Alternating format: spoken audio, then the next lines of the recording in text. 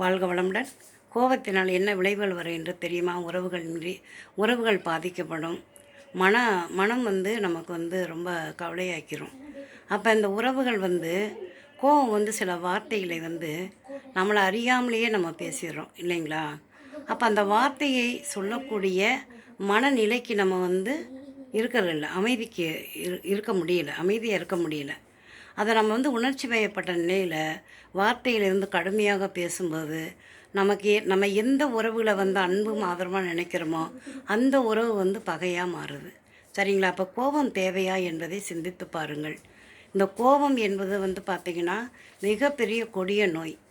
ஏன்னா இது சினம் என்பது சேந்தாரை கொல்லி என்று மகர்ஷி அடிக்கோதரம் சொல்லுவாங்க. சினப்படாது நம்ம இருக்கணும். சினம் என்பது பார்த்திங்கன்னா அப்படி சங்கிலி தொடர் மாதிரி. நம்ம இன்றைக்கி வீட்டில் நம்ம கோபமாக இருந்தோம்னா நம்ம பக்கத்து வீட்லேயே அவங்களுக்கும் அந்த அலை இயக்கம் போய் எல்லாருக்குமே தொடர்நிலையாக வரும். இது எல்லாத்தையுமே பாதிக்கும். வாழ்க வளமுடன்.